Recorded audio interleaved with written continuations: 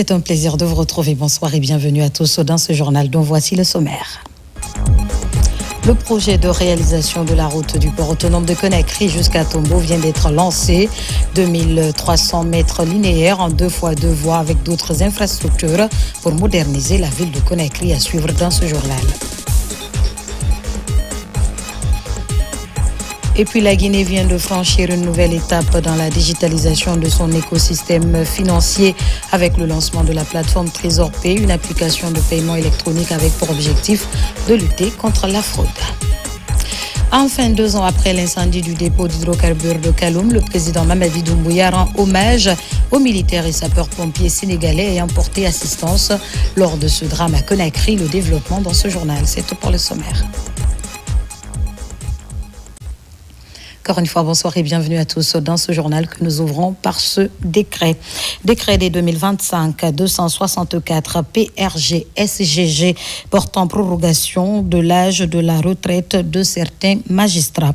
Le président de la République, vu la Constitution, vu la loi organique L54-CNT 2013 du 17 mai 2013 portant statut des magistrats, vu la loi organique L55-CNT 2013 du 17 mai 2013 portant organisation et fonctionnement du Conseil supérieur de la magistrature, vu la loi L 2018-25 AN du 3 juillet 2018 portant organisation générale de l'administration publique, vu la loi L 2015-19 AN du 13 août 2015 portant organisation judiciaire de la République de Guinée, vu le décret des 2023-83 PRG-CNRD SGG du 22 mars 2023 portant attribution et organisation du ministère de la Justice et des Droits de l'Homme, après avis du Conseil supérieur de la magistrature, décrète.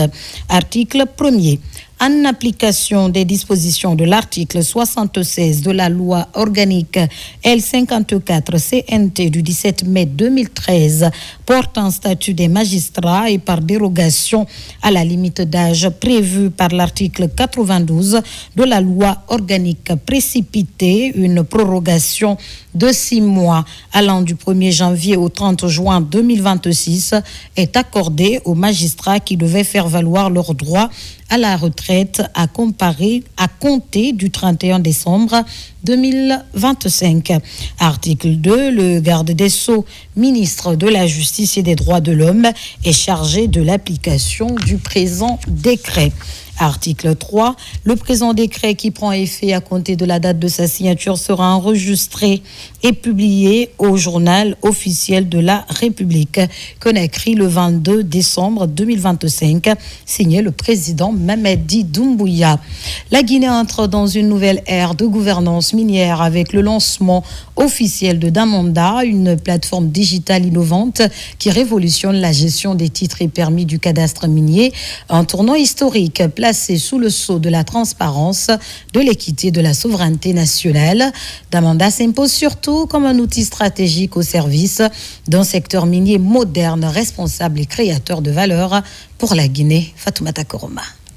Sous un ciel ouvert et dans une atmosphère solennelle, la Guinée a officiellement lancé Damanda, sa nouvelle plateforme digitale dédiée à la gestion des titres et permis du cadastre minier. Désormais, les opérations liées aux demandes, au suivi et à la gestion des titres miniers seront traitées de manière transparente, équitable et sécurisée, mettant fin aux lourdeurs, aux zones d'ombre et aux lenteurs administratives qui freinaient jusque-là le plein potentiel du secteur. Ce lancement s'inscrit pleinement dans la vision du chef de l'État, son Excellence Mamadi Doumbouya, porté par le programme Simandou 2040. Un modèle de développement socio-économique, durable et responsable visant à faire du secteur minier un levier stratégique de valeur ajoutée, d'emploi et de retombées économiques au bénéfice du peuple souverain de Guinée. Cet outil numérique Damanda est le résultat d'un vaste processus d'assainissement, de sécurisation et de digitalisation du cadastre minier, un chantier structurant qui marque un tournant historique dans la gouvernance des ressources naturelles. La série de prises de parole a débuté avec le président du comité stratégique de suivi du projet Simandou, ministre directeur de cabinet de la présidence Guiba Diakité, qui inscrit Damanda dans une dynamique de souveraineté numérique et économique. La plateforme digitale Damanda s'impose comme une réponse concrète et ambitieuse aux défis de la gouvernance minière, tant en Guinée, mais également sur le plan international. Rompre définitivement avec les pratiques opaques, des lenteurs administratives, des risques de corruption qui ont longtemps fragilisé notre secteur minier. Nous devons inscrire notre gouvernance dans la transparence, dans la responsabilité et dans l'efficacité, dans l'intérêt du peuple souverain de Guinée, des partenaires industriels, mais également des intérêts des Guinéens, en garantissant que chaque décision, chaque attribution de titres miniers ou permis miniers, chaque opération soit tracée, vérifiable et accessible. Nous faisons de la gouvernance minière un espace de confiance et de légitimité. Damanda est un instrument stratégique de gouvernance minière. La plateforme Damanda se distingue par ses fonctionnalités robustes et concrètes, conçues pour transformer en profondeur la gestion du secteur minier, parmi lesquels le dépôt et le suivi digitalisé des demandes de titres miniers et de permis miniers, exploration, exploitation, autorisation, garantissant la rapidité et la traçabilité. La réforme engagée à travers Damanda est un choix stratégique du chef de l'État. Elle démontre que la Guinée choisit la voie de la transparence, de la modernité et de la souveraineté minière. Utiliser le sous-sol, nos ressources naturelles comme levier stratégique de développement des secteurs clés de notre économie. Avec Damanda, la Guinée développe un outil digital stratégique qui accompagne la mise en œuvre des projets miniers dans notre pays, y compris le projet Simandou, le projet de Nimba Mining Company, NMC. Damanda projette également la Guinée vers l'horizon Simandou 2040, symbole de notre ambition nationale. Après Télémon, un PLE signifiant la confiance, dédié à la gestion des marchés publics, Soneya Ansoussou, qui signifie facilité, chargé d'assurer le suivi en temps réel des dépenses budgétaires, Damanda, qui signifie carrière minière, vient confirmer cette volonté politique ferme de modernisation de l'État. Le choix du nom est en ligne avec notre grande ambition de la valorisation de notre culture, de nos langues, des valeurs de nos ancêtres. Au même titre que la plateforme Télémo pour la gestion des marchés publics en République de Guinée, qui signifie en langue pelé la confiance, la vérité. Ou encore la plateforme Soneya, qui signifie facilité en langue soussou, pour l'exécution du budget de l'État au niveau des services déconcentrés. Nous avons l'ambition d'éduquer nos enfants en ligne avec les valeurs de la République de Guinée. Permettez-moi de souligner que c'est sous l'autorité et l'impulsion de son Excellence, Monsieur le Président de la République, Mamadi Doumbouya, que nous franchissons aujourd'hui cette étape décisive dans la transformation de la gouvernance minière de la République de Guinée. Avec le lancement de la plateforme digitale Damanda, nous inscrivons notre action dans la continuité de la vision stratégique nationale en matière de gouvernance minière. Une gouvernance fondée sur la transparence, la responsabilité et l'efficacité avec une intelligence collective au service exclusif du peuple souverain de Guinée et en cohérence avec les ambitions du programme de développement socio-économique, durable et responsable, Simandou 2040. Puis le ministre des Mines et de la Géologie, Bouna-Sylla, a rappelé les immenses ressources naturelles dont regorge la Guinée, tout en soulignant la volonté du chef de l'État de les transformer en prospérité partagée au service du développement national. Aujourd'hui, encore, je dirais, nous écrivons une nouvelle page de l'histoire minière de notre pays. Le lancement de la plateforme digitale du cadastre minier d'Amanda n'est pas seulement un progrès technologique. C'est un acte politique fort, un symbole de notre volonté de bâtir une gouvernance minière moderne, transparente, au service du peuple de Guinée. La Guinée est dotée d'immenses ressources naturelles par la nature, je dirais par le bon Dieu. Avec plus de 40 milliards de tonnes de bauxite, 20 milliards de tonnes de minerais de fer, plus de 700 tonnes d'or, du diamant, des métaux de base, et j'en passe. Notre pays a l'obligation, pour ce faire, de transformer ce potentiel minéralogique, cette richesse, qui est souvent appelée scandale géologique, pour transformer ce scandale géologique qui était un scandale de la pauvreté en un scandale de la prospérité partagée, conformément au programme Simandou 2040, qui est le projet de société de Monsieur le Président de la République. La plateforme d'Amanda est la réponse à ces défis. Pour les investisseurs d'abord, 1. Il assure un accès équitable aux opportunités. 2. L'efficacité et rapidité de traitement des demandes. 3. Amélioration du climat des affaires. 4. Conformité avec les normes les plus élevées, notamment celles de l'ITIE, l'Initiative pour la transparence dans les industries extractives, l'IGF, l'Intergouvernemental Forum de l'OCDE, Organisation pour la coopération et le développement économique. Pour l'administration minière, 1. Il s'agira du renforcement de la redevabilité, de la gestion numérisée des titres, l'optimisation du suivi, la fluidité de prise de décision, la traçabilité des opérations administratives, la transparence dans l'octroi, le renouvellement et le retrait des titres miniers.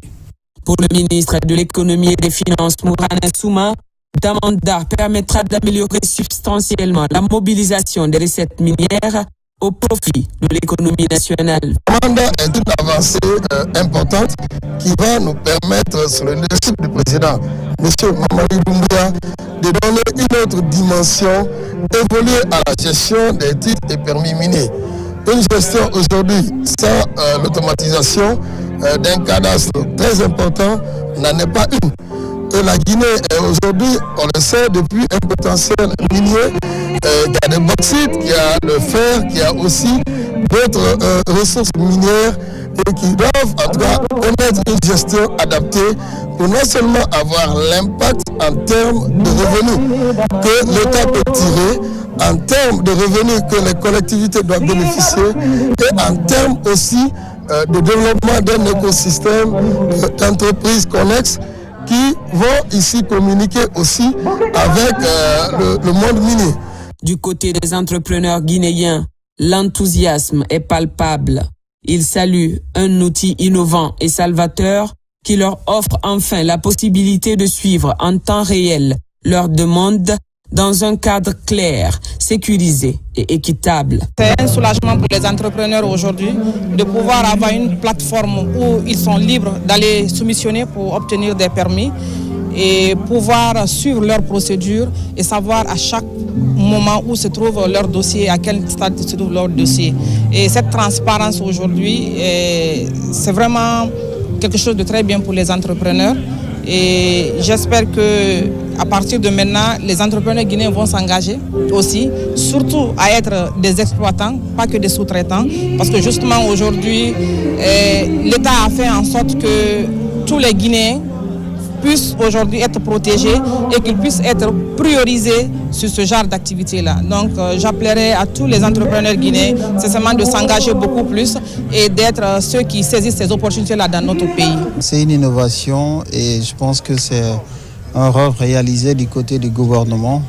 Mais ce qui est à noter, c'est que c'est important pour nous en tant qu'entreprise parce que désormais, nous allons directement passer à cette plateforme pour demander notre besoin de permis minier et de suivre en temps réel où est-ce que se trouve l'évolution de l'approbation de nos permis miniers et quels sont les différents types de permis aussi avec le potentiel de ces permis que je pense avec le cadastre qui va nous montrer toutes ces informations. C'est salutaire et au-delà de tout ça, je pense que le gouvernement conduit par Monsieur le Président de la République est en train de montrer un visage de ce pays où désormais les entreprises, surtout locales que nous sommes, nous voyons cette visibilité parce que il faut le dire qu'il y avait un souci dans le cadre de visibilité en termes de l'évolution de l'acquisition de ces permis.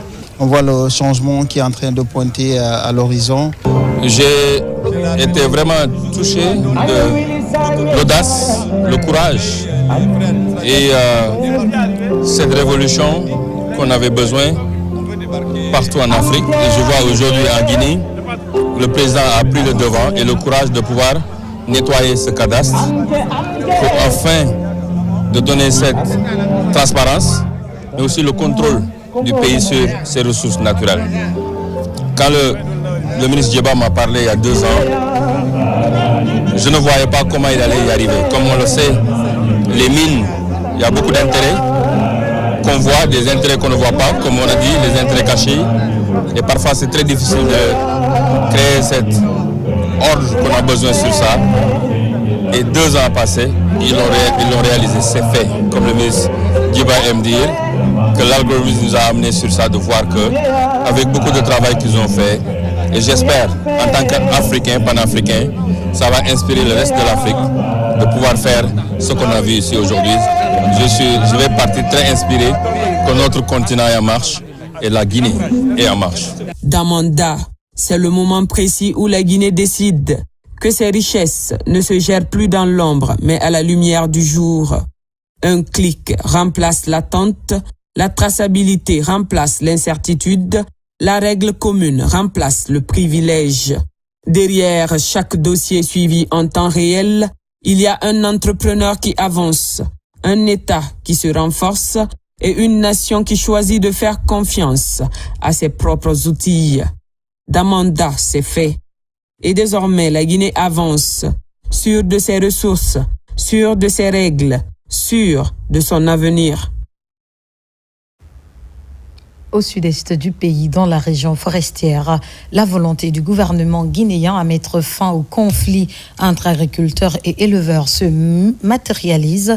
Le 19 décembre dernier, le ministre de l'Élevage a procédé à la pose de la première pierre des travaux d'aménagement et d'installation des espaces pastoraux dans les localités de Fumbadou et de Bola. La réalisation de cette zone pastorale de 1950 hectares représente la première partie des travaux d'un site de 3000 hectares situé entre Fumbadou et Bola. La cérémonie de lancement des travaux a été présidée par le ministre secrétaire général de la présidence de la République, adjudant-chef Aboubakar Kamano, correspondant de la presse militaire. Dans la région administrative des Erekore au sud-est du pays, les conflits entre agriculteurs et éleveurs sont récurrents et rendent difficile leur cohabitation. Préoccupé par cette problématique, le gouvernement guinéen s'active et apporte des solutions adéquates à la situation. Conformément aux recommandations du président de la République, M. Mamadi Doumbouya, le ministère de l'Élevage, sous le leadership du ministre Félix Lama, lance les travaux d'aménagement et d'installation de 1950 hectares des espaces pastoraux dans les zones de conflit entre agriculteurs et éleveurs.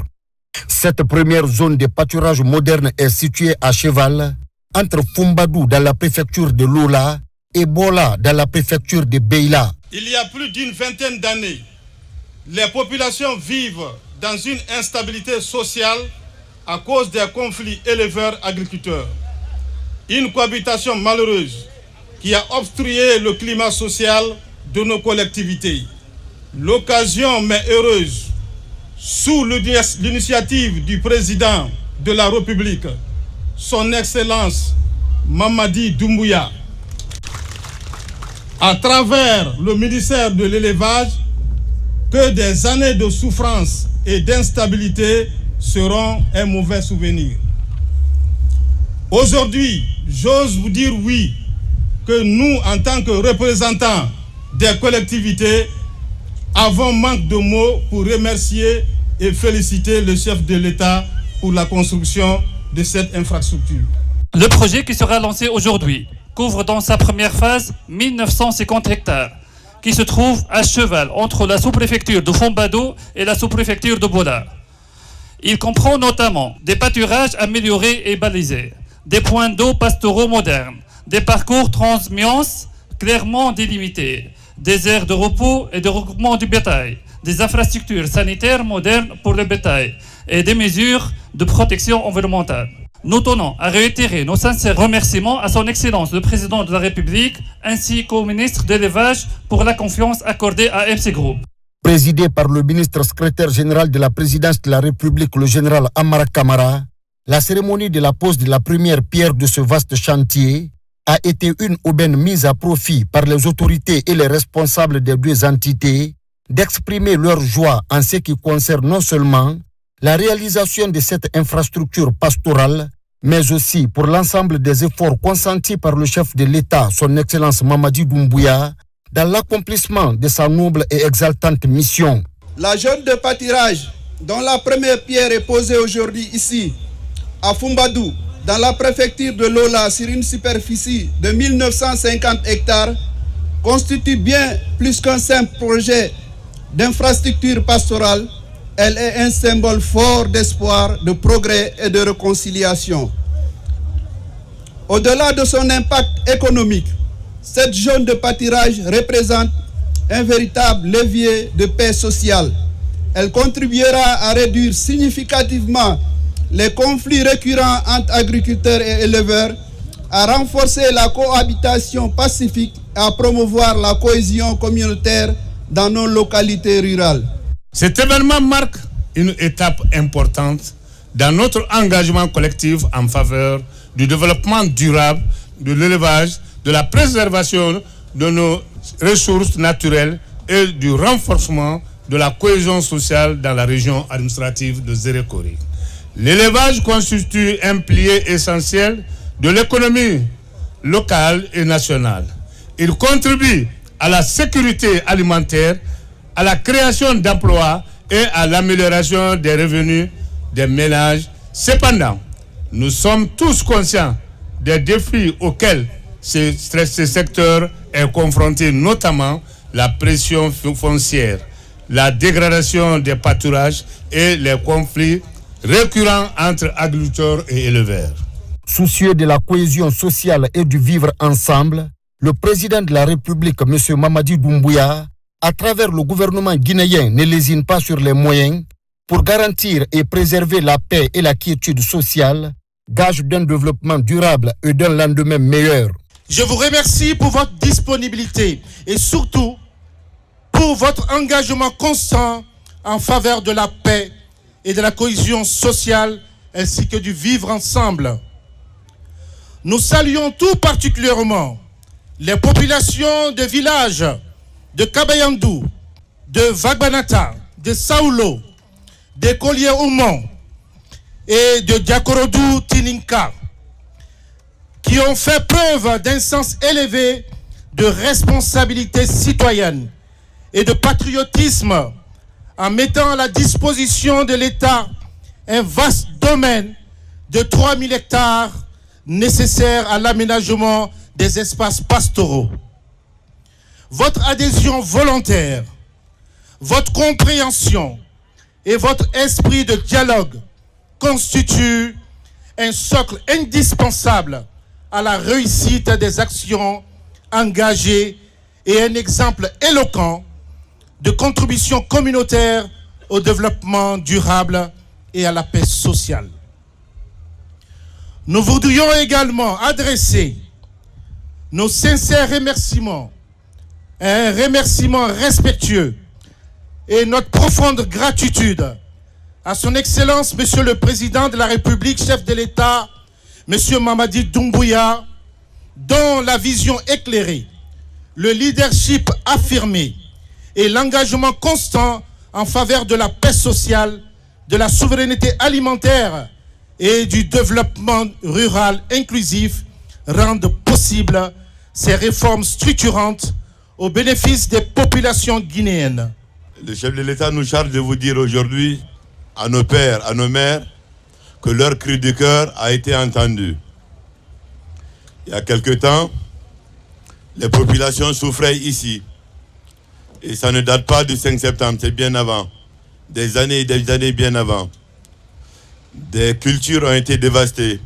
Des bétails ont été perdus. Il y a eu des pertes en vies humaines. Mais ce message, quand ça a été porté au président Mamadi Doumbouya, il a entendu. Il a entendu et a décidé, à cette date mémorable, d'apporter une réponse pratique. C'est ça l'homme du 5 septembre. Être au plus près de ces populations, écouter leurs préoccupations et apporter des solutions. C'est ce qui nous rassemble ici. On est là pour marquer la pose de la première pierre de 1950 hectares, qui est une étape extensible à 3000 hectares très bientôt. C'est vous dire, population de cette localité, que vous n'êtes pas en marge ou en retrait ou oublié de la République. Le chef de l'État se préoccupe également des problèmes de nos populations à la base. Dieu nous a donné une terre généreuse. C'est à ce titre que nous pouvons cultiver ici. Nous avons des populations très braves.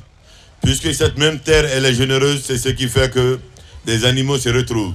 Si on ne trouve pas la solution à la cohabitation des deux, il va de soi que il va avoir perte. Et ces pertes-là, c'est ce que le chef de l'État a décidé dès à présent de minimiser. Merci au chef de l'État. Cela n'a pas été possible également sans votre implication. Je vais saluer les populations de ces localités qui ont tout donné. Ils se sont mis à la disposition du ministre. On veut aussi saluer l'engagement profond de toutes les autorités administratives sur place, mais aussi des forces de défense et de sécurité qui ont tout donné pour la réussite de cette première phase. Les travaux d'aménagement et d'installation des parcs pastoraux sur toute l'étendue du territoire national afin de pallier les sempiternels conflits entre agriculteurs et éleveurs en Guinée est une préoccupation majeure pour l'État guinéen et un défi à relever par le département en charge de l'élevage. Dans l'actualité encore, le projet de réalisation de la route du port autonome jusqu'à Tombo est lancé par le ministre de l'Urbanisme et de l'Habitat. 2300 mètres linéaires en 2x2 voies avec d'autres infrastructures pour moderniser la ville de Conakry. Le lancement officiel a fait l'objet d'une cérémonie. Aboubakar Junior Camara, Aboubakar Mara. Le projet de construction et d'aménagement en 2x2 voies, l'avenue du port jusqu'à Tombo, est lancé ce lundi par le ministre de l'Urbanisme, de l'Habitat, de l'Aménagement du territoire chargé de la récupération des domaines spoliés de l'État. Un projet innovant qui tient compte de plusieurs projets annexes, notamment les cafétérias, les parkings modernes et autres embellissements de la ville. Ce n'est pas seulement un projet de construction de routes, mais c'est également un projet de construction de d'autres infrastructures connexes. Vous aurez plus de 1000 mètres carrés d'aires de jeu pour les enfants, plus de 5000 mètres carrés de zones aménagées pour les PME qui sont dans la restauration, et plus de 3800 mètres carrés aménagés pour les parkings, pour qui connaît un peu les questions de stationnement dans le centre administratif de Kaloum. Pour le ministre des Finances, ce projet est fruit de la crédibilité de notre pays face aux bailleurs avec l'amélioration du climat des affaires. Ça dénote de l'aspect de rentabilité sur lequel nous devons nous orienter dans le cadre de la mobilisation de ces financements à travers un partenaire financier qui a bien voulu donner à notre pays, au regard de la crédibilité, au regard de sa notation, au regard du leadership de M. le Président, M. Mamadi Doumbouya. Le groupe Gicopress BTP réalise les travaux avec une rigueur absolue sur les caractéristiques et le délai contractuel. Je prends ici, devant vous, devant le gouvernement et devant les citoyens, un engagement clair et solennel. Les travaux seront exécutés avec diligence, rigueur technique, respect strict des normes de qualité, de sécurité et des délais contractuels, afin de livrer à la Guinée une autoroute urbaine moderne, durable et sécurisée. Nos équipements sont mobilisés, nos moyens techniques sont déployés et une coordination étroite sera rassurée avec les services de l'État pour garantir la bonne exécution du chantier. Ce projet est un programme pilote de réalisation de plusieurs infrastructures de développement dans le programme Simandou 2040. Je vous le disais au sommaire, la Guinée vient de franchir une nouvelle étape dans la digitalisation de son écosystème financier. Le ministère de l'Économie et des Finances, à travers la Direction générale du Trésor et de la comptabilité publique, a dans la matinée de ce lundi procédé au lancement de la plateforme Trésor Pay, une application de paiement électronique avec pour objectif de lutter contre la fraude, de renforcer la transparence et de garantir une gestion saine des finances publiques. C'est un reportage de Mamadi Kassama. C'est l'aboutissement de 3 années de dur labeur. Trésor Pay, une nouvelle plateforme de paiement centralisée, sécurisée et numérisée, conçue pour moderniser l'administration publique et améliorer la traçabilité des recettes de l'État. Grâce à cette application, les paiements effectués au profit du Trésor public pourront être suivis en temps réel, réduisant ainsi les risques de détournement et de fraude. En plus des circuits classiques de règlement des droits, le Trésor offre une solution digitale pour faciliter à l'usager la possibilité, de façon simple, sécurisée et instantanée, d'effectuer le paiement des redevances et autres frais administratifs dus à l'État. Dans un pays où le taux d'inclusion financière demeure encore faible, Trésor Pay se présente comme une solution innovante. Elle vise à rapprocher l'administration des contribuables à travers l'accès aux services publics et simplifie également les procédures de paiement. Pour nous, acteurs de l'écosystème financier numérique, Trésor Pay représente un levier majeur. Nous invitons tous les citoyens et les entreprises à s'approprier cet outil du progrès. Le lancement de cette application traduit la volonté des autorités à bâtir un système financier plus transparent, plus fiable et plus sécurisé au service d'une économie nationale forte. Ça veut dire c'est une révolution d'ensemble et qui va impacter et le mécanisme de collecte qui va impacter également la quantité ou la masse de recettes à collecter. Cela est très important. Je fais juste un parallèle avec la Côte d'Ivoire. La Côte d'Ivoire a eu en 2 ans à peu près 10% de ce qu'ils avaient, 2 ans en arrière. Donc, ça veut dire que nous nous attendons à avoir un niveau d'encaissement de recettes sécurisé, protégé et qui vont tomber dans les caisses de l'État. Avec Trésor Pay, la Guinée entend accélérer sa transition numérique et renforcer la confiance entre État et citoyens dans un contexte marqué par des réformes structurelles. Troisième grand titre de cette édition, 2 ans après l'incendie du dépôt d'hydrocarbures de Kaloum. La solidarité sénégalaise reste gravée dans les mémoires. Le président Mamadi Doumbouya a rendu un hommage solennel aux militaires et sapeurs-pompiers sénégalais ayant porté assistance lors de ce drame. Cette cérémonie marquée par la reconnaissance et la fraternité entre nos 2 nations est conduite par l'ambassadeur de Guinée au Sénégal, Makamedozo. L'ambassadeur de la République de Guinée au Sénégal, Mandjou Djoubaté, est porteur d'une mission officielle. Le diplomate guinéen a été reçu dans un cadre solennel par le général des armées sénégalaises Mbaye Cissé à l'état-major général des armées. Cette rencontre a donné lieu à une cérémonie de décoration organisée à l'initiative du président de la République de Guinée, Mamadi Doumbouya. À cette occasion, une vingtaine de militaires des forces armées sénégalaises et de la Brigade nationale des sapeurs-pompiers ont été honorés. Ces hommes en uniforme avaient été dépêchés en urgence à Conakry dans la nuit du 17 au 18 décembre 2023 à la suite de l'incendie du dépôt d'hydrocarbures de Koronti dans la commune de Kaloum. J'ai pu coordonner dans la journée l'engagement rapide d'une équipe composée de médecins militaires, de la direction du service de santé, mais surtout aussi de la Brigade nationale des sapeurs-pompiers.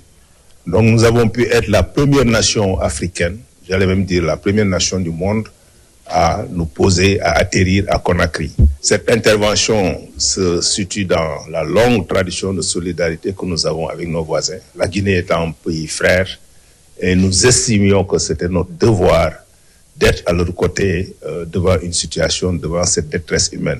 Cet hommage traduit la profonde gratitude du peuple guinéen et illustre la solidarité des liens de coopération, d'amitié et de fraternité entre la Guinée et le Sénégal. La cérémonie donc de ce matin nous honore, nous sommes très contents et très fiers.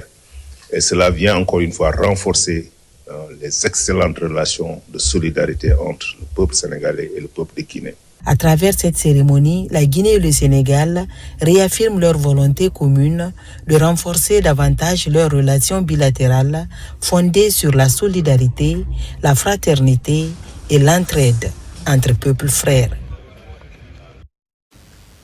Affaire Adama Condé, le Guinéen tué en Belgique. Une délégation du ministère des Affaires étrangères était cet après-midi dans la famille mortuaire. Elle était conduite par le secrétaire général des AE sur instruction du ministre, Dr Maurice Anda Kouyaté. Elle a présenté les condoléances du chef de l'État et du gouvernement avant de rassurer que ce dossier sera suivi de près. Guinéen Sané. La famille de Adama Condé toujours sous le choc. Depuis le décès du jeune Guinéen en Belgique, des suites d'une bavure policière, le ministre des Affaires étrangères a établi les premiers contacts. Dr Maurice Anda Kouyaté a dépêché cette mission pour être aux côtés de la famille du défunt et de lui apporter soutien et réconfort. Son Excellence Dr Maurice Anda me charge de transmettre à la famille que le gouvernement est à côté de la famille et rassure la famille que toutes les dispositions sont déjà prises pour que lumière soit faite. Il y a eu un communiqué officiel qui a prononcé où on attend des actions de la part des autorités belges.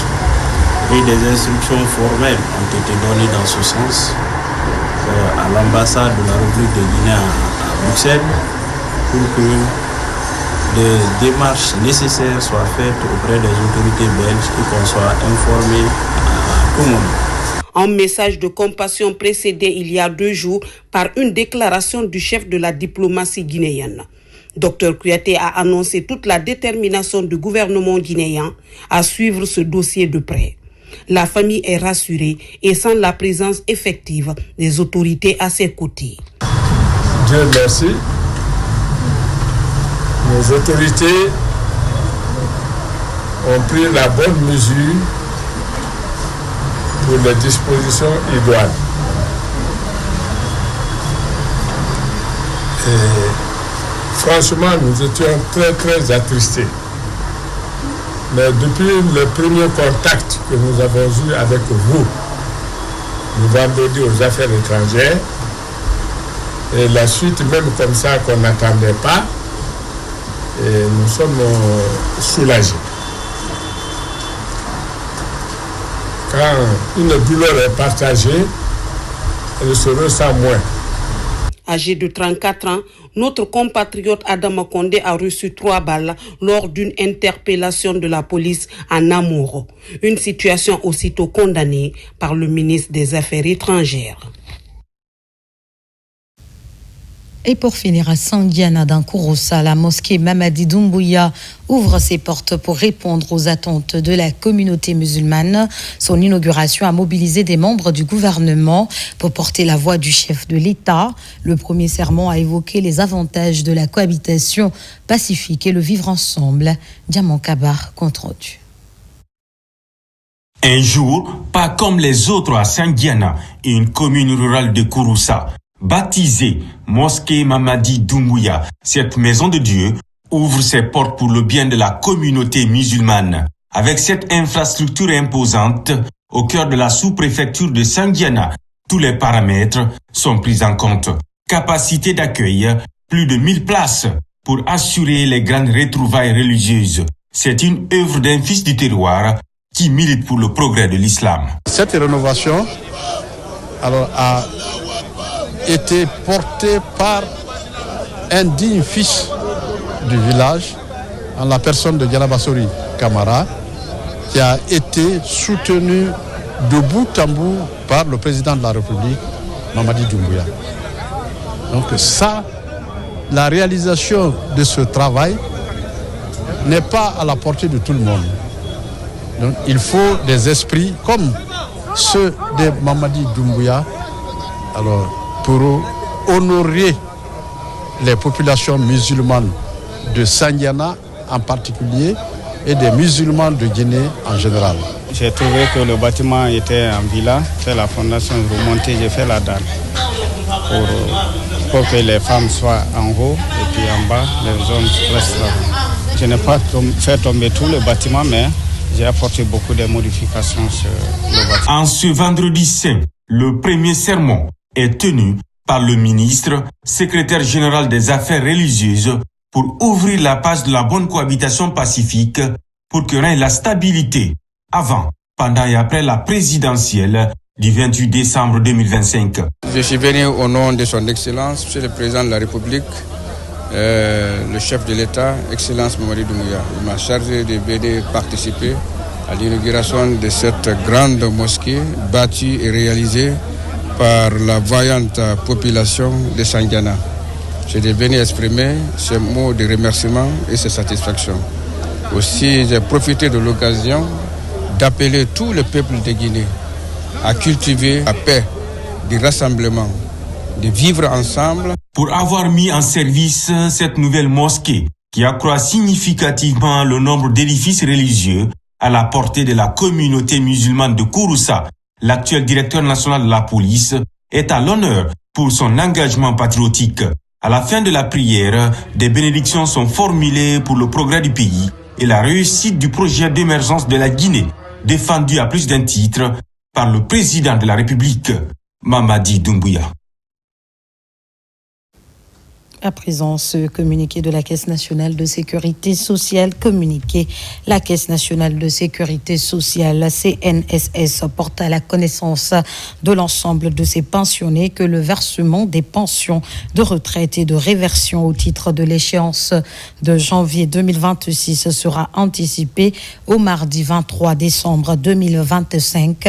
À cet effet, tous les bénéficiaires percevront le montant de leur pension dès le mardi 23 décembre 2025 à partir de 8h à travers les moyens de perception habituels, à savoir le virement bancaire, la téléphonie mobile. Cette mesure vise à permettre aux pensionnés de disposer de leur pension sociale à l'approche des fêtes de fin d'année.